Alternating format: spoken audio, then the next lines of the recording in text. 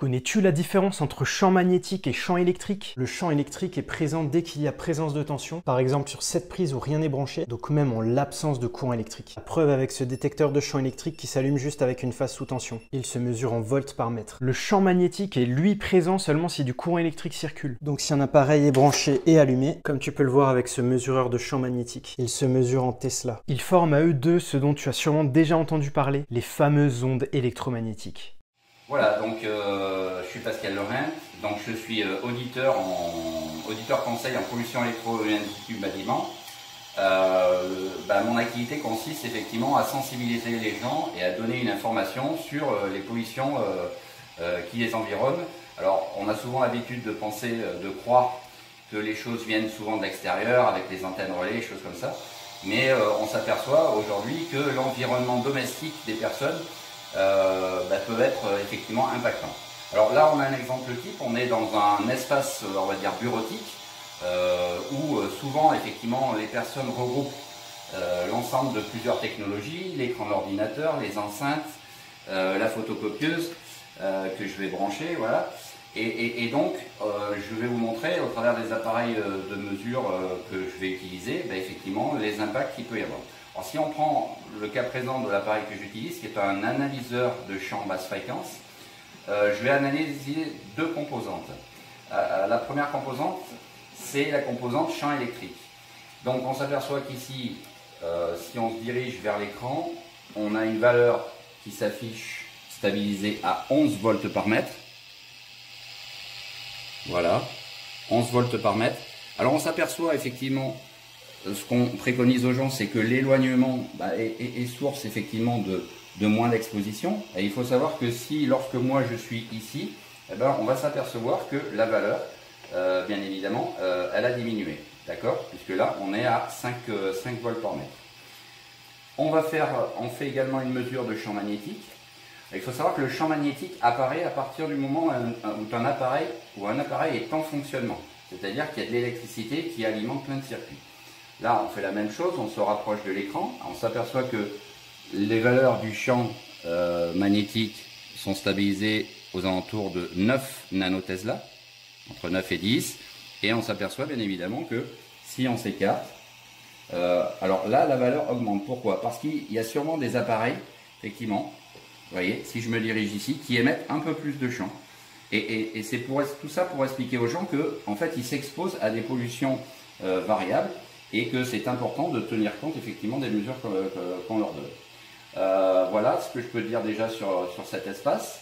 Ensuite, effectivement, on analyse aussi chez les personnes chez qui on intervient, on va dire la qualité du courant. Et on parle aujourd'hui d'électricité sale. Alors sur cet appareil, effectivement, on voit deux valeurs.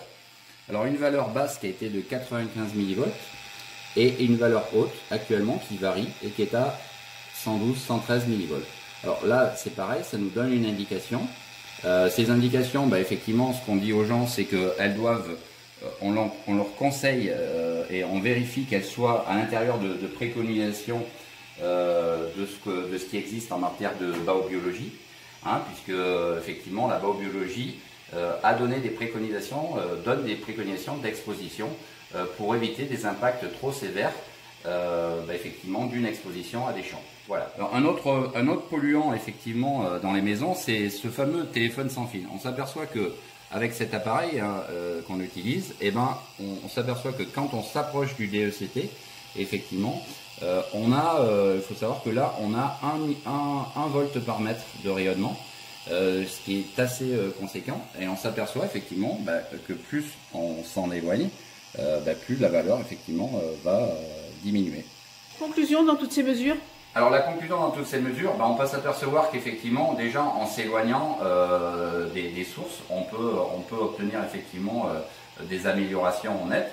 Et surtout, ce que montrent un petit peu les mesures telles qu'on les a prises là, c'est que en concentrant les appareils, on augmente la pollution. Alors ce qui va être impactant, c'est à la fois la pollution cumulée et aussi le temps qu'on va passer devant l'ordinateur.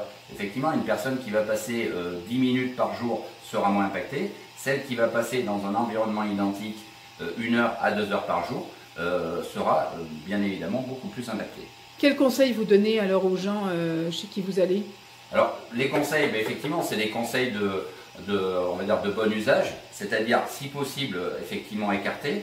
Hein, alors, l'imprimante, si elle peut être mise, on s'aperçoit qu'en s'éloignant effectivement de la source, on s'expose moins. Donc, écarter les appareils. Et on va dire que sur un espace de travail, déjà, moi, ce que je conseille, c'est de ne conserver que l'écran et à la rigueur le clavier.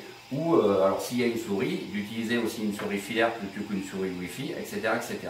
Voilà déjà des premières bases d'une attention particulière qu'on peut amener pour limiter ces expositions.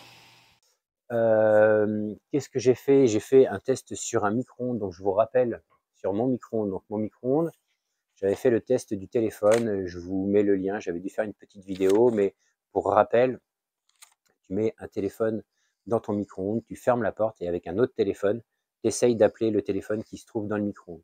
Si le téléphone dans le micro-ondes sonne, déjà tu sais que ton micro-ondes il n'est pas étanche aux ondes, alors qu'il devrait parce qu'il est censé avoir un blindage. Je te renvoie également sur ma vidéo qui explique les cages de Faraday et le micro-ondes se doit d'être une cage de Faraday pour bloquer ces micro-ondes pour le coup et que tout reste à l'intérieur. Et donc avec ce micro-ondes, j'avais été très surpris parce que quand j'avais fait le test du téléphone, eh bien ça marchait pas. Donc le téléphone ne sonnait pas. Je me dis tiens, coup de bol, parce que c'est un micro-ondes qui est pas vieux, c'est pas un outil qu'on utilise souvent le micro-ondes, mais c'est pratique de temps en temps, un petit peu comme tout le monde. Mais ce micro-ondes était étanche. Et je vous rappelle les normes, par exemple en Allemagne, qui nous disent qu'il faudrait pas être exposé à plus de 0,1 microtesla. Avec cet appareil devant le micro-ondes, je monte à 30 microtesla et il faut être à plus de 1 mètre pour que la valeur chute et qu'on ne soit pas exposé au rayonnement. Donc, quand il est dit que le micro-ondes, il ne faut pas rester devant quand il est en fonctionnement, cet appareil te permet de te dire effectivement, le micro-ondes, il ne faut pas rester devant parce que c'est problématique. Et même si ça dure que 30 secondes, si c'est 30 secondes tous les matins parce que je sais pas, tu vas te faire chauffer un truc ou même le soir, tu es exposé à ce champ magnétique.